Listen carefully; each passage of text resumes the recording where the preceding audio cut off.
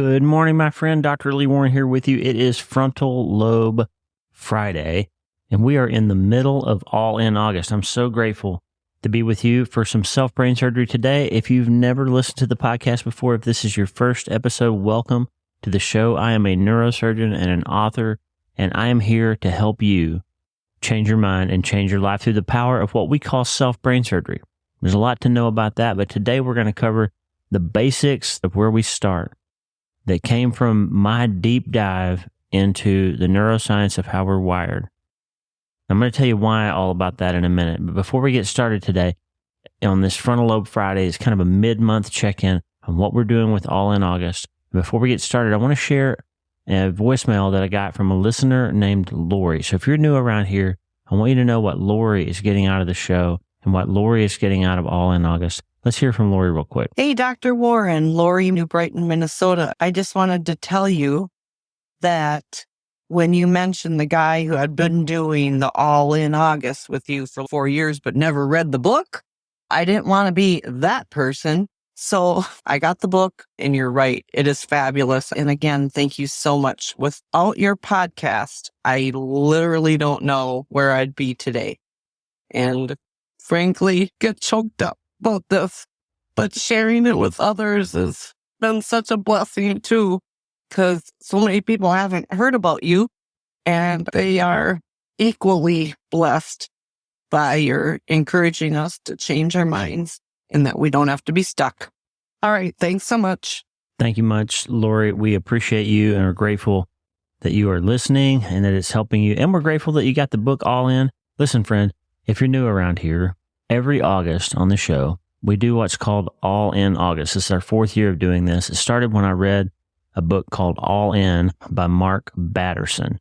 I read the book after my son Mitch died. We lost a son back in 2013, coming up on 11 years here. August 20th, actually. So just in a few days here, coming up on 11 years since we lost our son. And if you've gone through something like that, Lisa and I, my wife, we call them massive things. There's traumas in your life, there's drama in your life, there's tragedy in your life.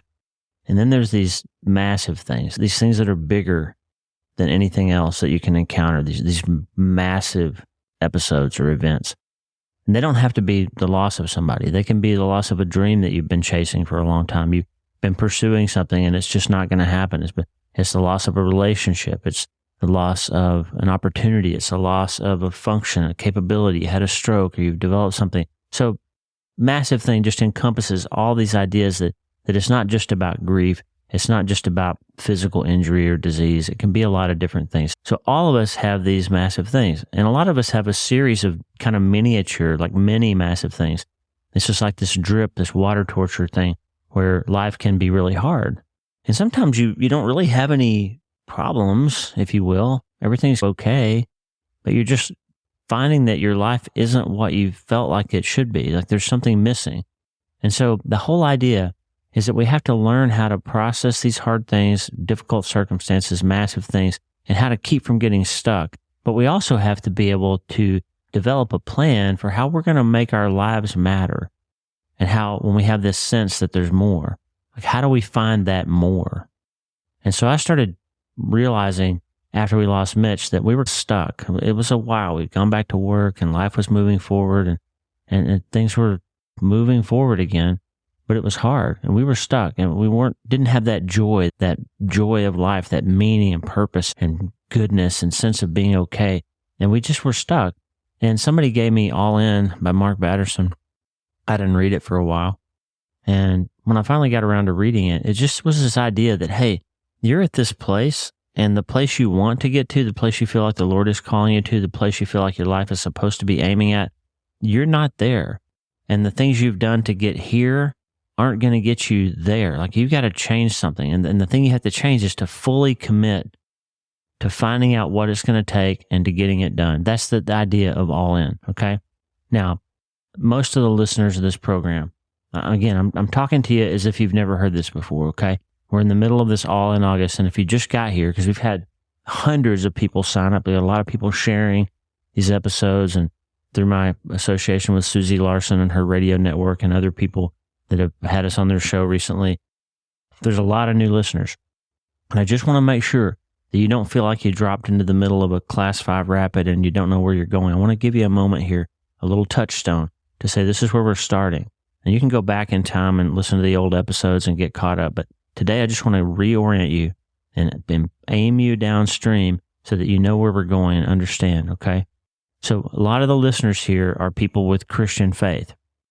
And I don't want you to feel like you've got to be a born-again believer to get something out of this show. In fact, I hope that there's a lot of people listening that don't believe in God or don't know what they believe, or maybe they used to believe and something happened and they lost their hope or lost their faith. That almost happened to us, okay? When you go through a massive thing, it's okay to have doubt. When you go through a massive thing, it's natural to have your belief system shattered and you have to figure out what's true and not true again. So that's okay. I'm just telling you, this will be a safe place. We're going to explore some ideas from science. We're going to explore some great writing, some great thought processes, and I'm going to teach you a way of looking at your life that will give you some places to put your feet down on something solid again. And I believe that leads to some places where you encounter how faith and science can smash together, okay? But I want to give you opportunity and a safe space to explore and ask questions and doubt and worry and shake your fist and wonder and all those things. And it's okay, because I'm going to give you a way to look at it that's going to give you some tools. We call them self-brain surgery. And we call them that because the fact is you're not stuck with the brain that you have, that your brain is changing structurally at every second of your life. You're making new neurons and new connections between them. And you can change most of those things in a way that will help you and not hurt you if you learn how to think differently. That's the truth of 21st century neuroscience. It's the truth of first century Christianity. And when you smash those two things together, you can learn how to operate your mind and your brain and your body and your life and your spirit in a way that helps you and doesn't hurt you. So that's where we're starting, okay? Now, how I got there, how I got to that place, is the day that I realized that the idea that taking charge of your mind is performing surgery exactly in the same level of realness and maybe more than it is when I go to the operating room and perform real surgery. When I put air quotes around that with my hands, you can't see me. But when I say real surgery, I'm talking about the flesh and blood stuff that we do in hospitals in the operating room when I shave your head and cut your scalp open and use a drill and a saw to open your skull. That's quote unquote real surgery. But the truth is, the types of structural changes that are made in that type of surgery are more destructive and harder for you to recover from than the types of structural changes that you can make by changing how you think. And for Lisa and I, that came down to one specific day. I wrote about it in my most recent book, Hope is the First Dose. We talked this month in All in August. We talk about 2 books, All In by Mark Batterson, which is our textbook for this month. Just this idea that what got you here won't get you there, and you got to draw a line in the sand and say, I'm going all in. I'm not going back. I'm going to burn the boats. I'm burning the bridge that got me to this place. I'm not going back there. I'm going forward from here. And All In gives us that kind of mindset and some great stories and some great lessons of how we do that. Mark Batterson's done a masterful job at giving us those tools. And by the way, he's got a new book coming out in November. I'm super excited to introduce you to. I got to endorse it. Tremendous honor. Called A Million Little Miracles. And we're going to have Mark back on the show in November to talk about that. But as an aside, that's an aside. We'll get there later. All In is the textbook for this month. The other textbook for this month is my book, Hope is the First Dose. It's a treatment plan for recovering from trauma and tragedy and other massive things. And if you haven't read Hope is the First Dose yet, I encourage you, please go back, because in that book is the story of what we did, not just that we survived losing a son, not just the fact that we lost our son and got through it, but what did we do? What was the treatment plan? How did we put it together? How did we build our life going forward after that massive thing, and what you can do about yours? Because you're going to have one, okay? You're either going to have a massive thing, you're going to have a series of massive things, or you're going to have a series of many massive things. That everybody's life has this stuff in it, okay? And if you don't have a plan, we have plans for what you're going to do if you have a flat tire, or what you're going to do if you catch on fire. You're going to stop, drop, and roll. But we don't ever talk about a plan for being ready to apply certain principles to being able to handle hardship when it comes along and not be devastated by it, in spite of the fact that everybody has to go through hardship. What do we do? How do we put that plan together? And all of those things. That's what Hope is the First Dose is about. But I got into this idea of what I call self-brain surgery when Lisa and I had the opportunity, right after we went back to work after Mitch died. Our office was on the third floor of a building at Auburn University in Alabama that was called the MRI Research Center. And on the first floor, they had a very fancy MRI machine, a brain imaging machine called a 7 Tesla MRI. At the time, it was only the third one in North America. And 7 Tesla MRI allows you to do some incredible detailed imaging of the brain, including something called functional imaging, which is where you can actually see what's happening metabolically and structurally inside the brain when people think about something or not something, or one thing or another thing. So when people change the things they think about, you can actually see what's happening in the brain. And we were down in the control room watching some experiments, and they asked somebody who was in the machine, the technician asked them through headphones, hey, think about the saddest thing you've ever thought about in your life. Think about the hardest thing you've ever been through. Think about the day your wife died, or the day you got that diagnosis, or the day you learned about your son being killed, or whatever it was for that particular subject. Think about the worst thing, the hardest thing. And you would see the different areas of their brains light up where they were processing grief and remembering hard things. They were having those emotional difficulties and recalling those. And then they would say after a minute, okay, now think about the best day of your whole life, the thing that makes you the happiest. Think about the thing that you just were overjoyed when it happened, and when she said yes, or he came home from the war, or whatever happened, the happiest day of your whole life, the day your son was born, the day your daughter was born, the day this happened or that happened. Think about the best thing ever. And what would happen right on the screen is dramatic changes in which areas of the brain were lighting up. And the blood flow and metabolic activity and different neurotransmitter levels were happening in real time. The brain was responding structurally to the mind's instruction. So when you make yourself think about one thing, your brain behaves differently than when you allow yourself to think about another thing. And Lisa said later that day, that's what Philippians 4 is about. When Paul says, if you want to be less anxious, think about better stuff. Think about things that are good and noble and trustworthy and lovely and all that stuff.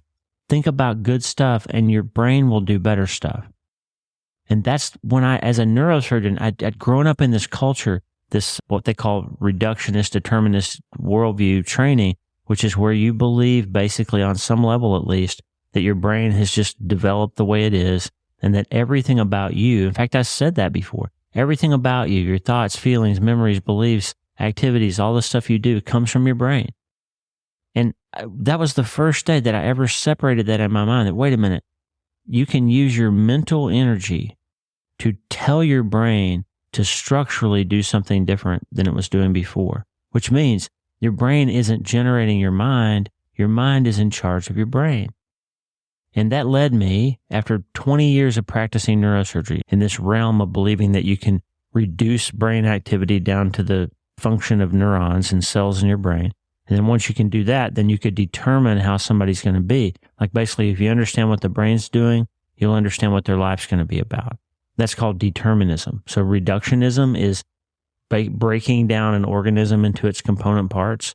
And determinism means that you can then determine what's going to happen to them, how they're going to behave, what they're going to be like, what they're going to struggle with. You can determine that based on the structure of their brain.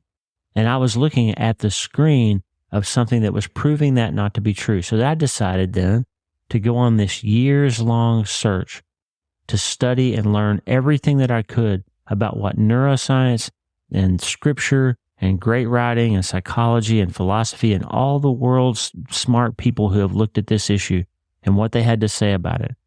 And here's the punchline. I'm going to have a new book, by the way, in about a year called the Self-Brain Surgery Handbook. And it's going to tell these stories of all this work that I did to try to get to the point where I could truly believe it and live it out and teach it to you that you can change your mind and that will change your brain and that will change your body and that will change your life. And that will change the even genetic starting point epigenetically of the children that come after you and the people that you encounter in your life. Changing your mind literally changes generations, can break chains, dissolve generational issues, can resolve addictions and habits. It can overcome diagnoses and labels and limiting stories and any kind of trauma or tragedy. Changing how you think will change how you live. And that work led to me formulating what I call the 10 Commandments of Self-Brain Surgery. So today, since it's all in August and since it's been a while since we covered these, And since you might be a new listener, or even if you're not, just since you might not have thought about this for a while, I'm going to give you what I came up with as 10 foundational principles of things that are true from science, they're consistent with scripture, and they will produce the highest level of flourishing, highest level of ability to be resilient, the highest level of overcoming hardship, getting your thinking under control, breaking down habits and things that are holding you back, and being able to say that I want to choose hope in my life. I want to become a more positive person by breaking, not unrealistically looking at things positively, but by breaking down negative thinking that is a barrier to me to moving forward in my life. And I want to have realistic thinking that bends me towards an opportunity to make positive changes in my life, because it is possible to direct your brain to become structurally more sound, to do things that work better for you than they have in the past. And here's the 10 things that I've summarized from my deep dive into modern neuroscience, psychology, philosophy, theology, the study of scripture, quantum physics, and all kinds of research that I've done to synthesize this for you. And I gently and tenderly present them to you as the 10 commandments of self-brain surgery. If you want to change your mind and you want to change your life and you want to find hope and resilience and purpose and meaning and be able to move forward even when things are hard, or even when they're just not quite right, or even when you feel stuck, this is how you do it, okay? I'm going to give you the bullet points. The book's going to have all of it. The podcast in recent episodes has had tons of it. And there's every day as we go through the podcast, we're going to deep dive and unpack these things. Today, I want to give them to you in one place. Now, as I complete the manuscript for my new book, these are probably going to change just a little bit in the way that I word them or the way that I order them. So today, it's not necessarily a list in order of how you need to think about it, but just the 10 things that I've come to that are definitely vital for you to believe and use as part of your self-brain surgery practice, okay? It's crucial that you understand this. So here we go. Number 1, I must relentlessly refuse to participate in my own demise. I must relentlessly refuse to participate in my own demise. That means you don't commit malpractice against yourself. If you're going to be a self-brain surgeon, your mode, your motto, your oath is first no harm. Primum non nocere, we say in medicine, first no harm. You must relentlessly refuse to participate in your own demise, because in self-brain surgery, guess what? You're the doctor, but you're also the patient. And you don't want to be committing malpractice against yourself. This can unpack in many areas. You're not going to eat the stuff that's going to hurt you. You're not going to drink things or take things that are going to harm you. You're not going to perpetuate issues that cost you trouble all the time. You're going to make choices that lead to better tomorrows and less regret. You must relentlessly refuse to participate in your own demise, even in how you think, okay? Number 2, I must believe that feelings are not facts. They are chemical events in my brain. I must believe that feelings are not facts. They are chemical events in my brain. This is a hot button right now because everybody in our culture is telling you, hey, you follow your feelings, you follow your heart, you do you, you find your own truth. And I'm just telling you, friend, that doesn't produce happiness. You might think it will. You might think that chasing after your feelings will produce happiness or understanding or let you figure yourself out or any of those things. But the truth is, feelings aren't facts. Feelings are chemical triggers in your brain that are in response to your environment and memories of your past that are smashed together and brought to you as if they're your own ideas. And they don't require a response from you. They're meant to be barometers. They're meant for you to be aware that something's going on or that you're feeling a certain way because of something that's happening or may have happened or might happen. They are not necessarily true. And learning to separate feelings that are pointing towards something true that needs to be responded to appropriately with your frontal lobes, and learning to recognize feelings that are triggered in certain situations because of things that have happened in the past or because of insecurities or things you're afraid of. Learning to discern and separate those rather than just mindlessly reacting or responding or living in fight, flight, freeze will set you free, my friend. So I must believe that feelings are not facts. I'm going to give you the tools to do that as we go along, okay? But just knowing it is the first step. Just actually believing in your heart that not everything you feel is true and not everything you feel has to be reacted to. That will set you free. It will change your mind and it will change your life. Number 3, I must believe that most of my automatic thoughts are untrue. I must believe that most of my automatic thoughts are untrue. You have tens of thousands of automatic thoughts every day. They pop into your head. They usually sound like they're in your voice. And by 5 to 1, they are negative and not true. And so you hear this thought that says, oh, you're such a loser, or, oh, that's not safe, or, oh, you ought not to try that because every time you try that, you fail, or, oh, all those people are talking about you, or nobody respects me, or whatever, or my husband's going to cheat on me, whatever it is. 5 to 1, you have a thought that pops into your head that sounds like your voice, that you believe is a thought that you're having with your mind. And the truth is it's being generated by brain activity, and it's for the purpose of trying to help you automate things that you don't need to actually spend as much time mentally unpacking and dealing with and making decisions about. So automatic thoughts have a purpose, but they're not mental thoughts. They're brain triggers, brain inputs, and they're not necessarily true. And just knowing that and then developing a system for taking those thoughts captive, as the Bible says in 2 Corinthians 10:5, having this process in place of biopsying a thought before you respond to it will make a huge difference in your life, probably the biggest difference in your entire life. Just learning that your brain's not completely reliable when it presents thoughts and feelings to you, and your mind has the ability to process them, vet them, and decide if they're true or not, decide if they're worthy of a response or not before you react. Learning to respond and not react will make a huge difference in your life. That's an absolute must. If you're going to change your mind and change your life and go all in on this idea that you can move forward and not be stuck anymore, you've got to know that most of your automatic thoughts are untrue. Tomorrow on Self-Brain Surgery Saturday, we're going to cover the first procedure of self-brain surgery, the thought biopsy. I'm going to teach it to you again. And if you've heard me talk about it before, we're just going to practice a little bit. I'm going to give you some work to do so you can start this process of learning to separate feelings and automatic thoughts from reality so that you can make decisions based on what's true for your own life. Number 4, I must believe that I am not just my brain. I am not just my brain. We have an educational system that has taught most of us that your brain makes you who you are. It makes you how you think. It makes you what you do. It predicts your behavior. And I'm just going to teach you from modern neuroscience and quantum physics that you're not just your brain. Your mind and your brain are not the same thing, as we mentioned just a few minutes ago.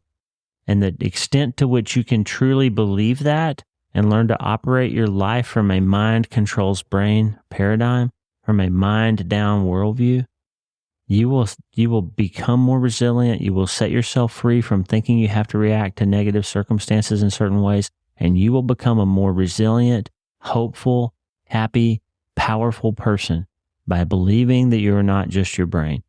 Okay? That's all I'm going to say today, but you got to buy into that. Number 5, I must love tomorrow more than I hate how I feel right now. I must love tomorrow more than I hate how I feel right now. What does that mean?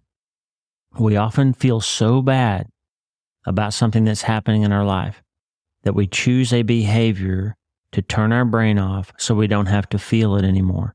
We turn to alcohol or drugs or sex or pornography or gambling or shopping or text messaging or scrolling on Instagram or something. And understand, if you're a Christian, I'm not saying that necessarily every one of those things that we use to numb ourselves is necessarily sinful. It's not necessarily sinful to spend an hour on Instagram, okay?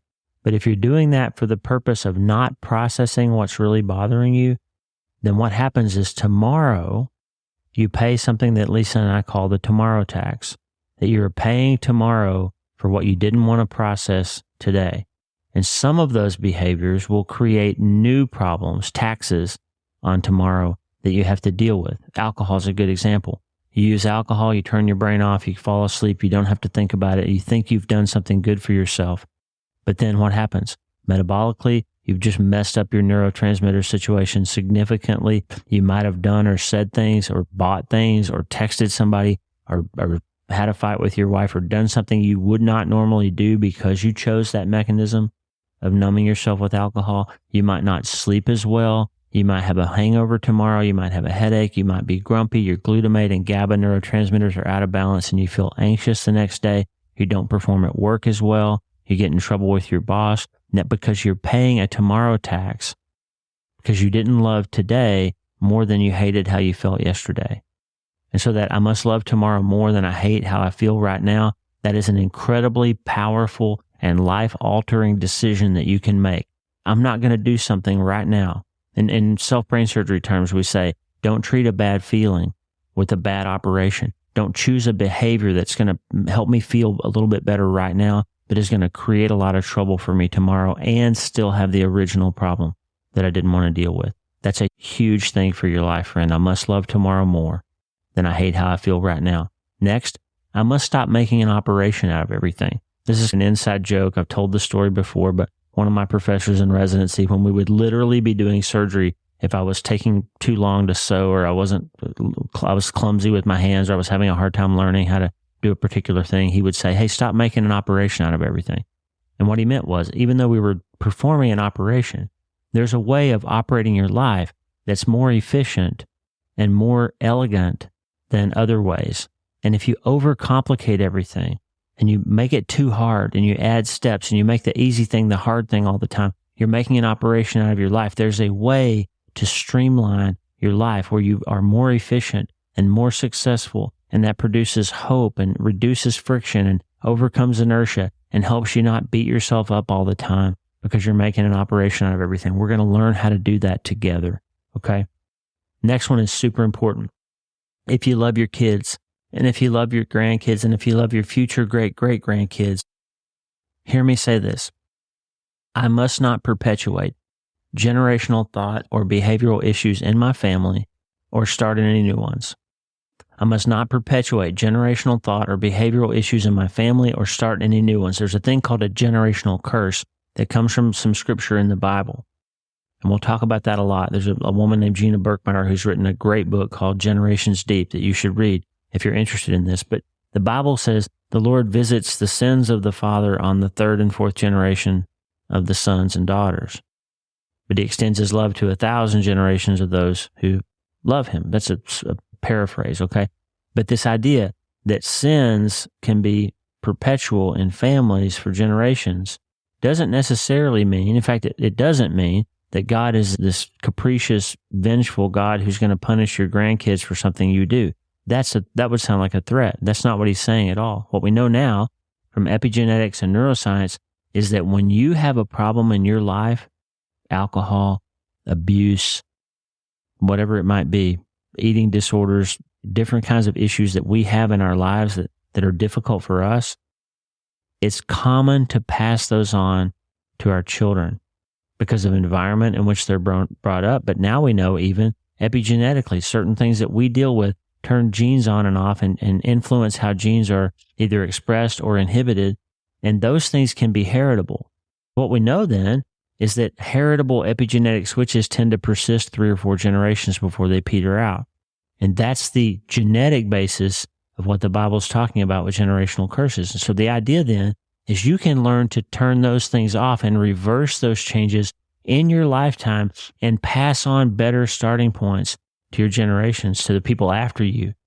By learning how to think differently, by learning how to behave differently, you can make a difference in 3 or 4 generations down the line so that your kids and grandkids and their grandkids are born with a better starting place than you are because you chose to break the cycle. You can be a chain breaker. You can be a person who learns to break those generational issues, and you certainly don't want to be creating them, okay? And so that's one of the commandments. I must not perpetuate generational thought or behavioral issues in my family or start any new ones. The next one, I must love my brain and believe that it is designed to change. We're going to teach you the fact that your brain is structurally changing all the time and that those changes are to a stunning degree under your control. And the extent to which you believe that you have the power to change your brain and change the way your brain and your body interface with each other. To the extent that you believe that, that's the extent to which you can be hopeful and have an abundant life. The more you believe that you're stuck with the brain that you have, the less hope you can have of making any kind of change. And that's just the bottom line. We're going to unpack that in coming episodes and in my new book. Next, I must believe that I'm getting better at what I'm doing. This is so important. The way your brain is wired is to automate things that you tell it to care about. If you continue to practice catastrophizing, negative thinking, worst case scenario, passing on labeling stories that tell you that you're a loser, you're never going to be okay, or you continue to drink because you don't believe that there's any reason not to, because you might as well, because tomorrow's going to be terrible anyway. If you do those things, you're getting better at. Your brain will automate and make synapses and create pathways that will keep you doing those things, and it will require less and less mental energy to recreate those issues. You must believe that you're getting better at what you're doing.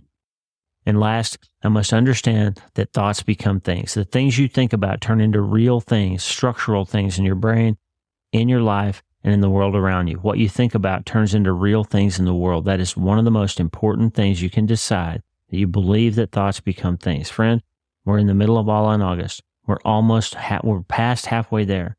And today I want to just remind you of these 10 true things that you need to buy into and believe if you want to change your mind and you want to change your life. The time for making that decision is today.